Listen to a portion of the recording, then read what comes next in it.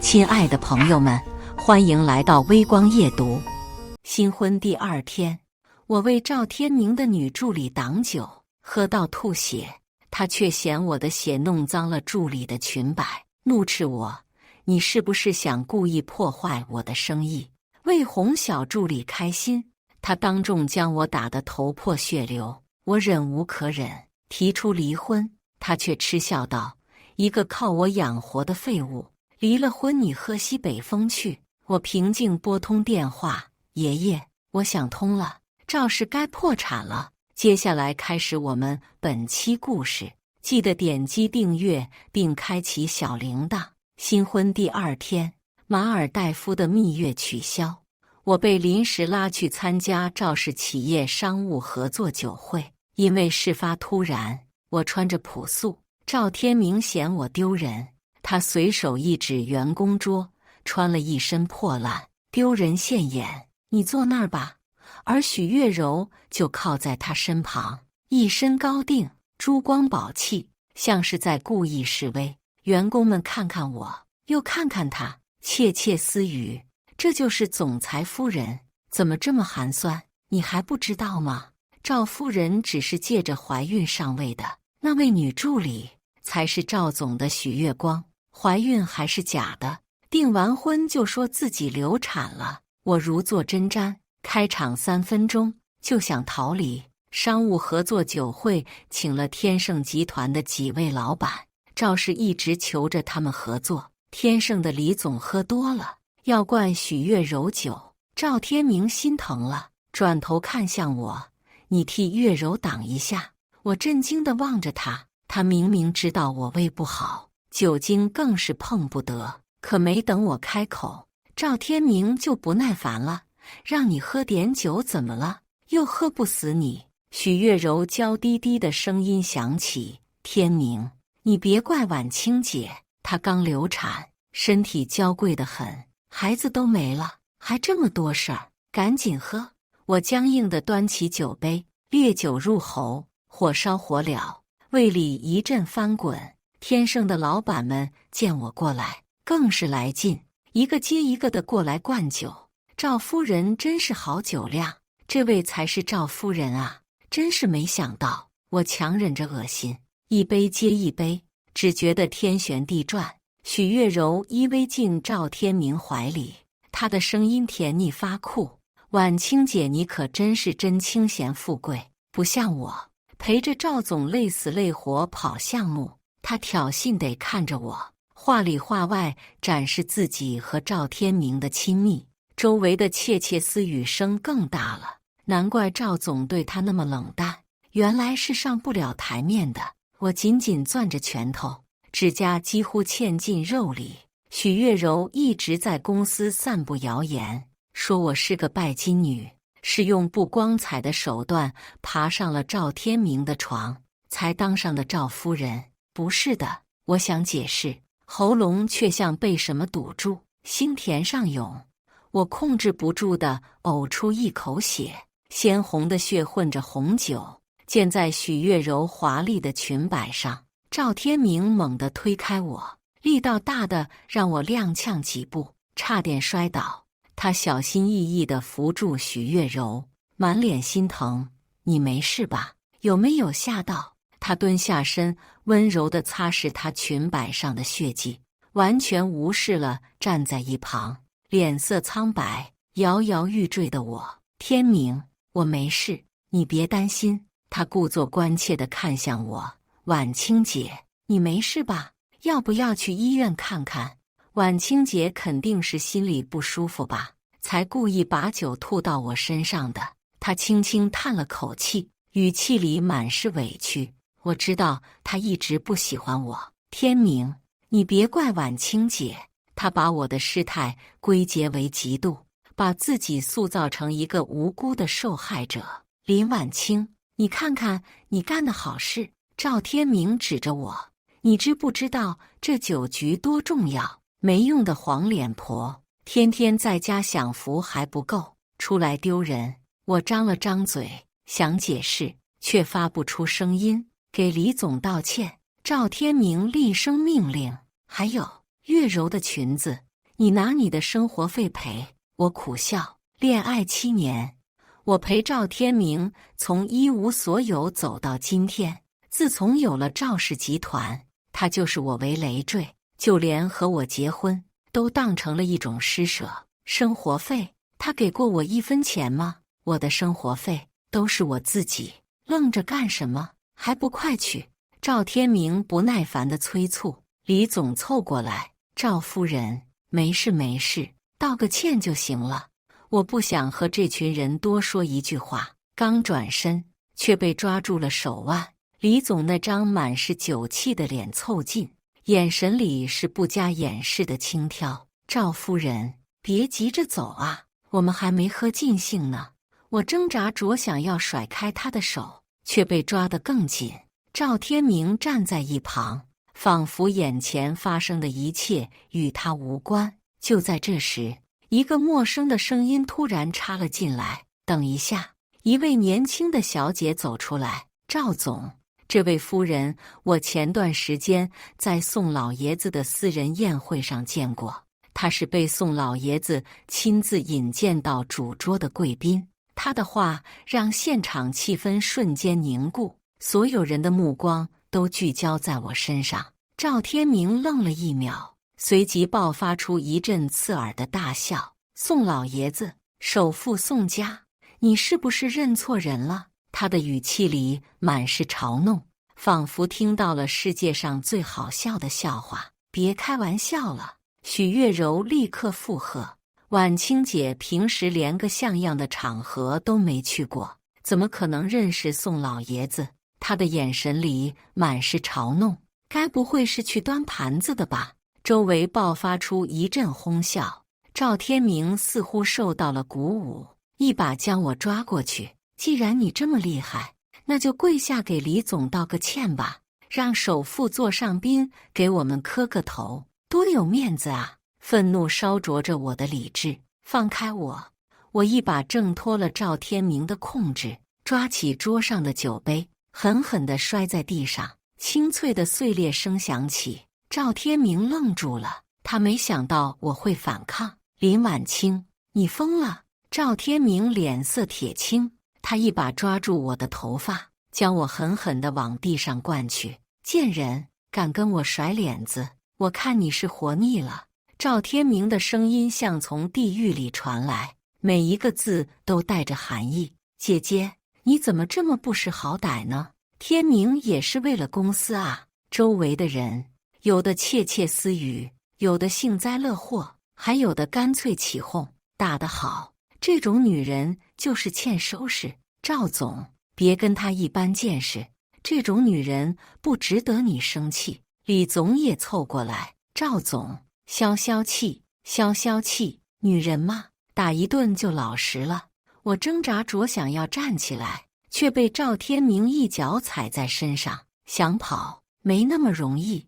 赵天明的声音里充满了得意。许月柔手上的大钻戒在灯光下闪着耀眼的光，她抬手就是一巴掌，戒指狠狠地划过我的眼角。我感到一阵剧痛，温热的液体顺着脸颊流下来，染红了我的视线。啊！杀人啦！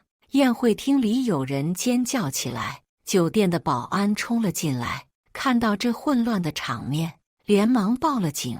警察来得很快，将我们一行人带到了警局。在去警局的路上，赵天明还在不停地骂我：“你这个丧门星，看我回去怎么收拾你！”许月柔依偎在赵天明身边，柔声安慰：“天明，别生气了，气坏了身子不值得。”我被他们推搡着，跌跌撞撞地走着，眼角的伤口还在流血。到了警局，赵天明依旧嚣张跋扈：“警察同志，你们可得好好管管这个疯女人。”许月柔也跟着添油加醋：“警察同志，我这裙子被他弄脏了，这可是高定几十万呢，他必须赔。”警察看了看我，又看了看赵天明和许月柔，皱起了眉头：“你们三个什么关系？”警察问。这时，一个尖锐的声音传来：“天明，这是怎么了？”是赵天明的母亲。我的婆婆。她一进门就看到了我，立刻冲过来，指着我的鼻子破口大骂：林婉清，你怎么又惹事了？孩子都没保住，天明也愿意娶你，你怎么还不满足？我告诉你，我们赵家可容不下你这种女人。一个年轻的警察小声说：这是你们的家务事，我们也不好管。家务事？他打人闹事，赵天明不依不饶。警察同志，一定要把他关起来，拘留几天，好好管教一下。警察上前查看我的伤势，皱眉说道：这位女士脸上的伤可以做轻微伤判定了，到底是谁打人？赵母胡搅蛮缠，当媳妇的被打一下怎么了？好了好了，都少说两句。年长的警察火起了稀泥，夫妻之间床头吵架床尾和，有什么事不能好好说呢？把这个出警记录签了，都回家吧。我看着这些人的嘴脸，只觉得一阵阵心寒。这就是我放弃一切求来的好姻缘。我突然觉得这7年我活得就像一个笑话。离婚，我开口，声音不大，却清晰地传进了每个人的耳朵里。赵天明愣住了，你说什么？再说一遍。我说离婚，我重复了一遍，每一个字都咬得很重。你别欲擒故纵了。赵天明回过神来，笑得不屑，除了我，还有谁会要你？老老实实的给月柔道歉，回去反省吧。我没开玩笑。我看着他们，心已经完全冷了下来。你一无所有的时候，我就跟了你，可是现在你又是怎么对我的？离婚吧，我累了。赵母冲上来想要打我，被警察拦住。我儿子可是大老板，肯要你这个黄脸婆，已经是你几辈子求来的福气了，你还敢提离婚？跟着我儿子过了几年好日子，不知道自己姓什么了。离了我们赵家，你出去要饭吧。许月柔依偎在赵天明身边，婉清姐糊涂了，怎么在外面就这么闹？多丢人啊！咱们赵氏越做越大，您这总裁夫人可不能这么没有涵养。我怎么会娶这么个丢人的贱人？赵天明怒吼：林婉清，这可是你说的，离了我你别后悔。赵母也反应过来，对，这种女人就该扫地出门，你给我净身出户。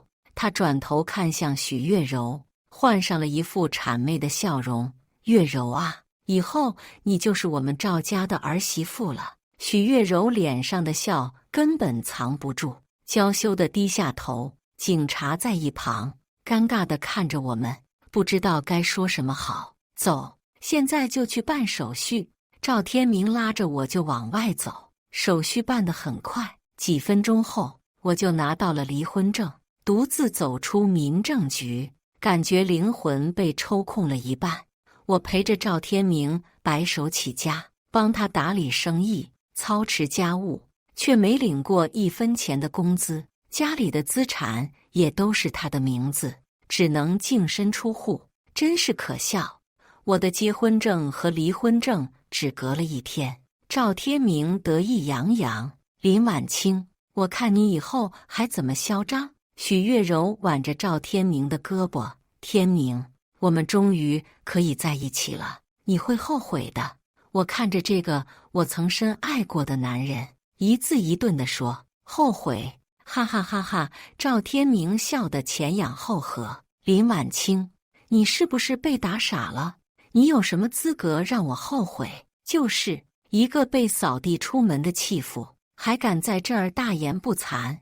赵母也跟着嘲笑。我没有再理会他们，转身离开。我拿出手机，拨通了一个号码，电话响了几声，被接通了。爷爷，我想通了，赵氏该破产了。回赵家收拾了几件衣服，我直接打车去了帝豪酒店。这是本市最顶级的7星级酒店，是首富宋家的产业之一。车子稳稳停在帝豪酒店门口，我拖着行李箱，径直走向大堂。还没等我开口，一个身着笔挺西装的中年男人快步迎了上来。脸上堆满了笑容。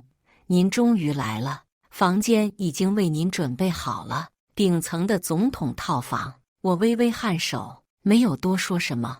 他恭敬地接过我的行李箱，亲自领着我走向电梯。电梯门缓缓打开，他按下了顶层的按钮，全程小心翼翼，生怕有任何怠慢。电梯叮的一声停了，总统套房的门自动打开。总统套房奢华至极，落地窗外是璀璨夜景，而这本该属于我。我换上一身干练的套装，踩着高跟鞋走出房间，在大堂里听到一阵熟悉的喧闹声。哎呀，李总，您帮帮忙！娇滴滴的声音让人起鸡皮疙瘩。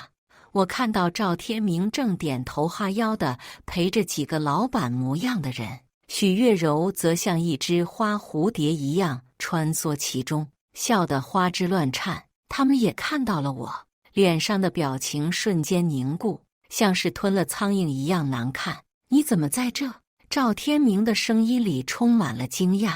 林婉清，你还真是死性不改，非要来纠缠我。这种地方也是你能来的？赶紧滚出去，别在这儿丢人现眼。我只是来看看场地的。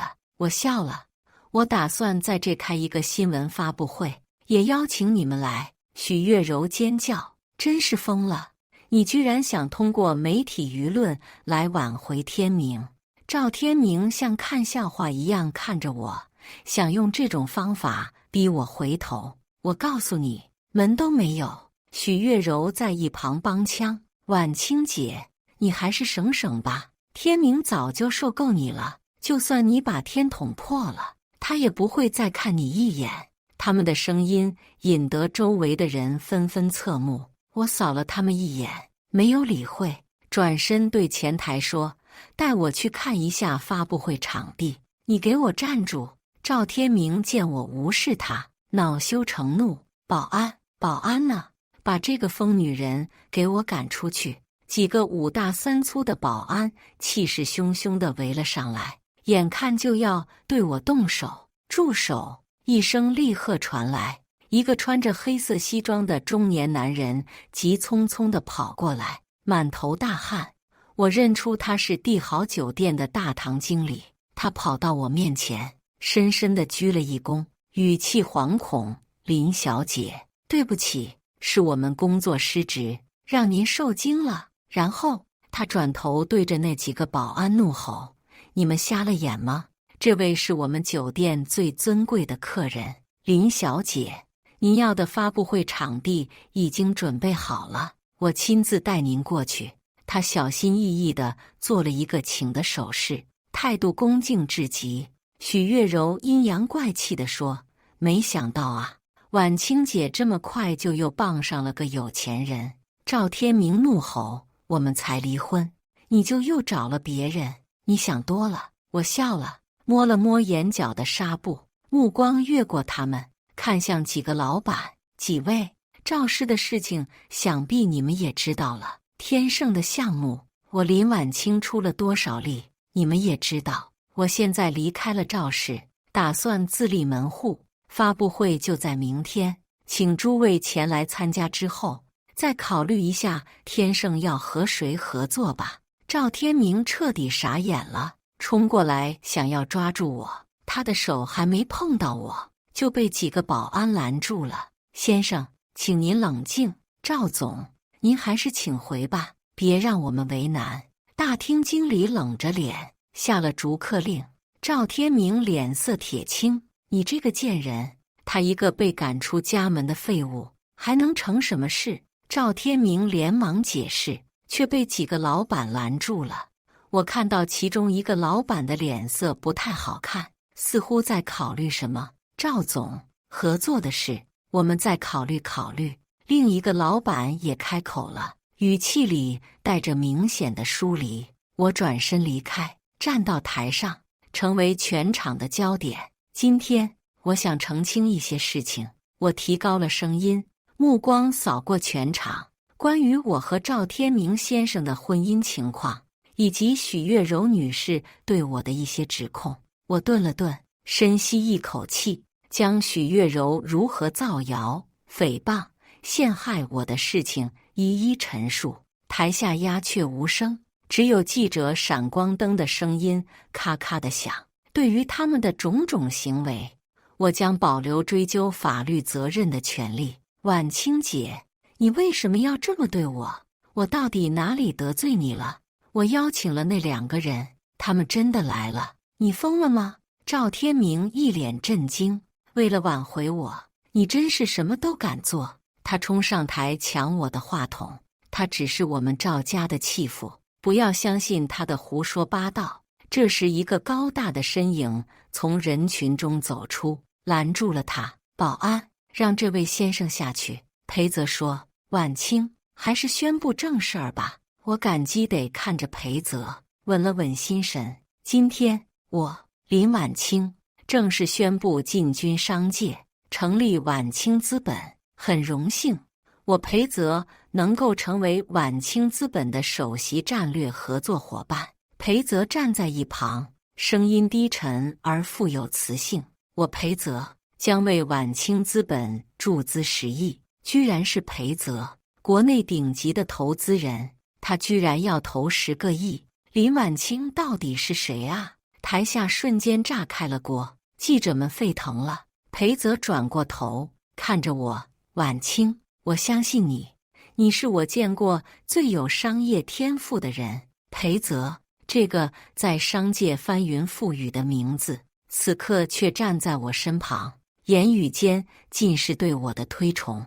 他甚至还提到了我们是青梅竹马，这话一出，无疑是在暗示我背后雄厚的背景。记者们恨不得把话筒塞进我嘴里，挖出所有关于我的秘密。10个亿，这可不是小数目，足以让任何一家初创公司平步青云，更何况是裴泽亲自操刀。我看着台下那些曾经对我冷嘲热讽的人，此刻脸上写满了震惊和疑惑，特别是许月柔，你真是不要脸！许月柔尖像一只被踩了尾巴的野猫，你果然是又傍上一个大款，你可真行啊！他那张脸因为嫉妒和愤怒而扭曲，精致的妆容也掩盖不住他的丑态。他不甘心，他不明白，为什么我这个被他踩在脚底的弃妇，竟然能翻身。赵天明仿佛从没见过我，想要冲上台仔细看清，把他们赶出去。几个保安立刻上前，架起赵天明和许月柔就往外走。放开我！你们知道我是谁吗？我是赵氏企业的总裁。赵天明还在挣扎，还在试图用他那可笑的身份来压人。林婉清，你这个贱人，你不得好死！许月柔还在尖叫，还在诅咒我。这时，几位警察走了进来，他们直奔赵天明和许月柔而去。我们已经接到了林婉清女士的报警，请跟我们走，协助调查。律师团队的效率高得惊人，他们前脚还在警局里撒泼打滚，后脚就被拘留通知书堵住了嘴。出警记录、伤情鉴定，一桩桩一件件都成了罪行的铁证。诽谤、故意伤害，哪一条都够他们喝一壶的。赵天明慌了，他没想到我会这么决绝，更没想到我会这么有手段。他把所有的事情都推到了许月柔头上。许月柔痛哭流涕地给我打电话，求我作证，是赵天明对我动手，他只是被指使的。我拒绝了。我当然知道罪魁祸首是赵天明，但律师告诉我，我脸上的伤才是决定性的证据。就算指证赵天明，他也不会重判，反而会让许月柔脱罪。我的手下留情，让赵天明产生了可笑的错觉，他竟然以为我还爱着他。他突然出现在我的面前，手里捧着一大束俗气的红玫瑰。婉清，我知道错了。他深情款款地看着我，我不该被许月柔那个贱人蒙蔽。他试图拉住我的手，我厌恶地躲开。婉清，我们复婚吧。他以为我还是那个为了爱情可以付出一切的傻瓜。赵天明，你是不是觉得我很蠢？我转身就要走，赵天明一把抱住我，不肯放手。赵天明，你放开我！我尖叫，声音里充满了厌恶和恐惧。他却抱得更紧了。婉清，我爱你，我不能没有你。你还记得我们有过一个孩子吗？回来吧，我们还会再有一个孩子的。公司不能没有你，我们的家也不能没有你。他话音刚落，一群记者跳了出来，闪光灯疯狂闪烁，刺得我睁不开眼。林小姐，请问您和赵先生是要复婚了吗？林小姐，您的晚清资本会并入赵氏吗？赵天明对着镜头展现那副深情款款的模样。各位，我们之间只是有点小误会。他温柔地看着我，仿佛我们之间真的只是闹了点小别扭。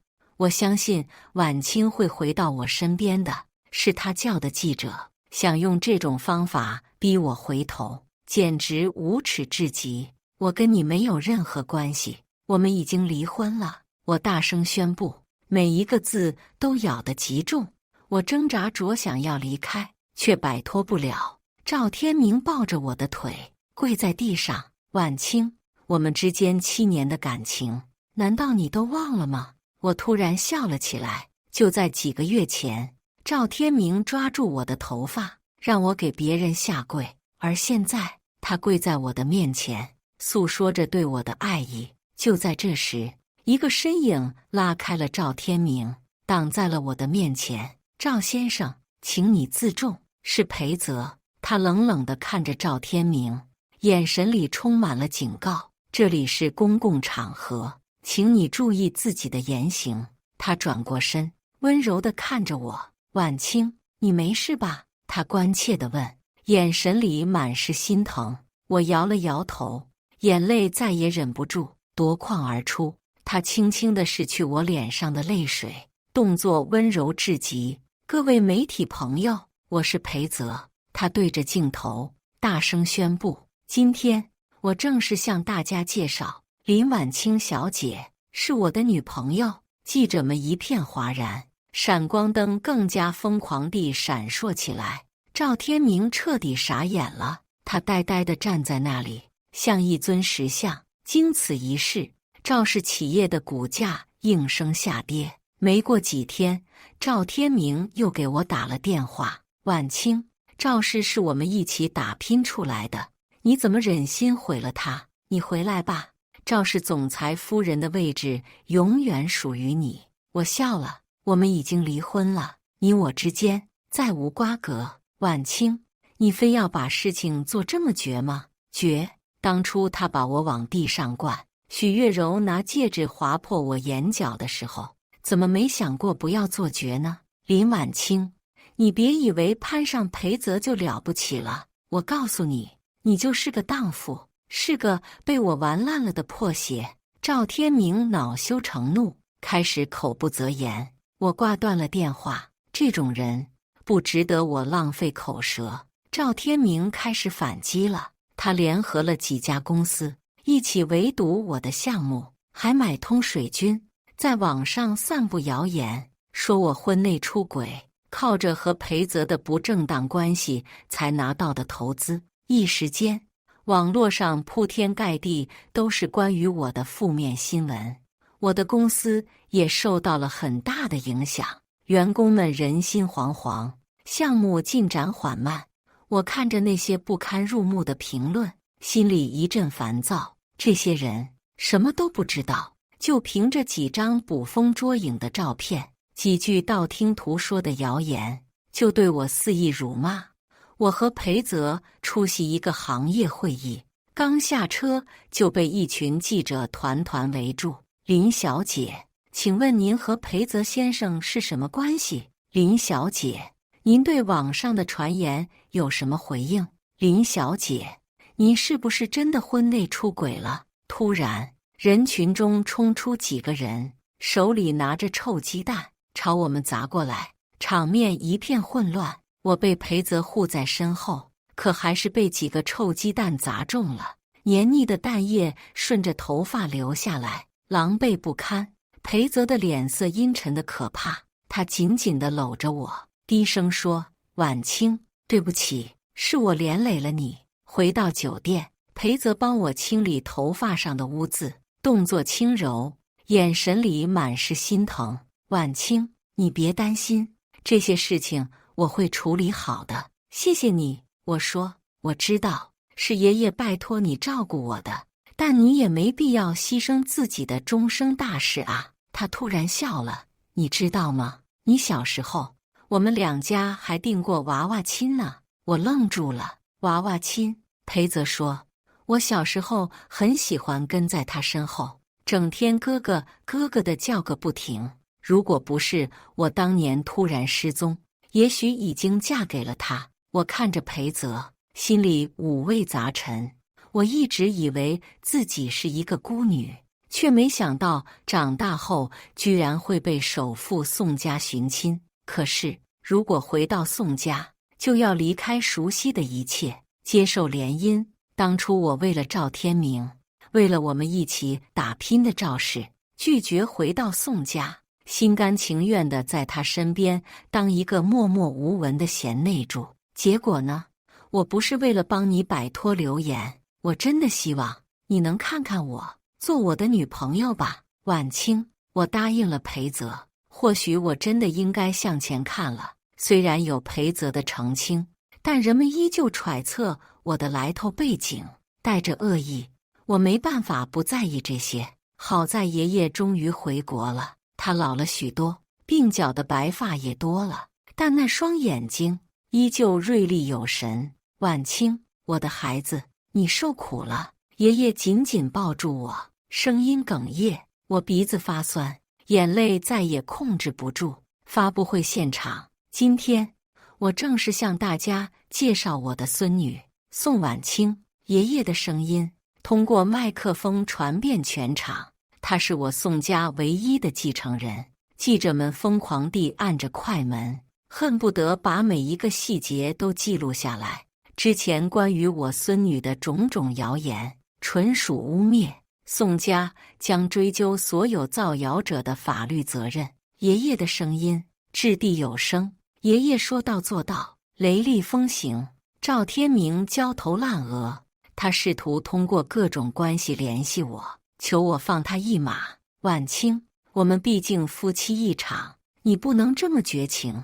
他在电话里哀求。夫妻？我冷笑。赵天明，你配吗？我直接挂断了电话。赵氏已然不行了，合作方纷纷撤资，那些曾经对他阿谀奉承的人，如今都避之不及，墙倒众人推。赵天明算是彻底体会到了这句话的滋味。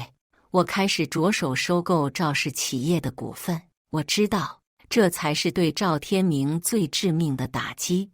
我要让他亲眼看着他一手建立起来的商业帝国是如何一步步走向毁灭的。再次见到赵天明是在一个商务晚宴上，他穿着皱巴巴的西装，头发凌乱，胡子拉碴，完全没有了昔日的意气风发。他看到我，眼睛里瞬间燃起了希望的光芒。婉清，他冲过来，想要抓住我的手，我厌恶地避开。婉清，我知道错了，你原谅我好不好？他低声下气的哀求。我是被许月柔那个贱人挑拨的，我们重新开始，好不好？重新开始。我看着他，像看一个笑话。赵天明，你觉得可能吗？婉清，我真的知道错了，我以后一定会好好对你。他还想说什么，被我打断。赵天明，你省省吧，你现在这副样子让我觉得恶心。赵母也给我打电话了，她一改往日的嚣张跋扈，语气里充满了讨好。婉清啊，以前都是妈不好，妈不该那么对你。你看，天明现在也知道错了，你就原谅他这一次吧。妈，我冷笑，你什么时候把我当成你的儿媳妇了？婉清，妈知道你是个好孩子，你心软，你不会见死不救的，对不对？他开始打感情牌，心软。我想起了他曾经对我的种种羞辱，想起了他是如何挑拨我和赵天明的关系。赵夫人，你的心软是用在许月柔身上的吧？我告诉你，赵天明走到今天这一步，都是他咎由自取。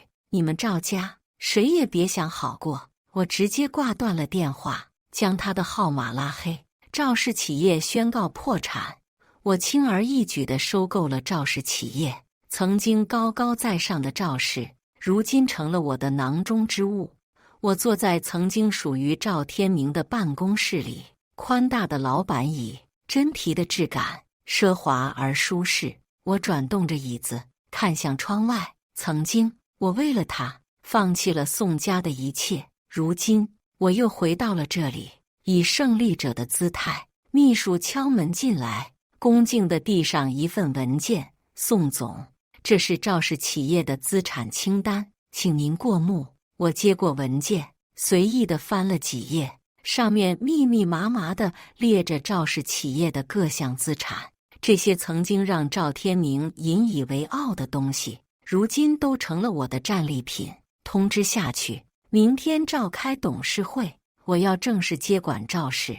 第二天，我以赵氏企业新任董事长的身份出现在董事会上。那些曾经对赵天明阿谀奉承的董事们，如今都换上了一副谄媚的笑容，争先恐后地向我示好。我冷眼看着这些人的表演，没有说话。从今天起，赵氏正式并入宋氏集团。我的声音在会议室里回荡，掷地有声。赵天明和他妈被银行赶出了家门，曾经豪华的别墅如今贴上了封条，他们像丧家之犬一样流落街头，无家可归。我坐在车里，看着他们狼狈的身影。许月柔依偎进赵天明怀里，她的声音甜腻发酷：“婉清姐，你可真是真清闲富贵。”他妈则坐在地上，一把鼻涕一把泪地哭诉着，像个疯婆子一样。“婉清，求求你，救救我！”赵天明看到我的车，像抓住了救命稻草一样扑了过来。我摇下车窗，冷冷地看着他：“赵天明，你也有今天。”“婉清，我知道错了，我真的知道错了，你原谅我好不好？”他跪在地上，不停地磕头：“我以后一定会好好对你。”我看着他，像看一个跳梁小丑。“赵天明，你省省吧，你现在这副样子让我觉得恶心。”我关上车窗，让司机开车。许月柔也没能逃脱法律的制裁，诽谤、故意伤害，数罪并罚。他被判了3年有期徒刑。我托人打听了他在监狱里的情况，听说他刚进去的时候还很不服气，整天吵吵嚷嚷，说自己是冤枉的。后来他被狱友狠狠地教训了一顿，才老实下来。我又回到了赵氏商务合作酒会的酒店，这个曾经让我颜面扫地的地方。只是这一次，我是以宋氏集团继承人的身份来这里举办宴会。宴会厅里灯火辉煌，衣香鬓影，觥筹交错，所有人都对我毕恭毕敬，争先恐后地向我示好。我穿着一袭华丽的礼服，站在人群中，成为全场的焦点。曾经那些嘲笑过我的人，如今都换上了一副谄媚的笑容，小心翼翼地跟我打招呼：“感谢大家今天能来参加这个宴会。”我站在台上，首先我要感谢我的爷爷，感谢宋家给了我这一切。我的目光扫过全场，最后落在了爷爷身上。爷爷坐在台下，满脸欣慰地看着我。我将带领宋氏集团走向新的辉煌。我的声音通过麦克风传遍全场，台下响起雷鸣般的掌声。“婉清，嫁给我！”裴泽突然出现，他手捧鲜花，单膝跪地，深情地望着我。他的出现让现场的气氛达到了高潮，所有人都欢呼起来，祝福我们。我看着裴泽，他眼中满是深情。我接过鲜花，点了点头。他激动地将钻戒戴在我的无名指上，紧紧地抱住我。我看着无名指上的钻戒，闪耀着璀璨的光芒。我的人生终于翻开了新的篇章。感谢大家的观看。本期故事精彩吗？欢迎大家在下方评论区吐槽。如果你喜欢这类故事，记得点击订阅微光夜读，并分享给更多的人，这会对我帮助很大。再次感谢大家的观看。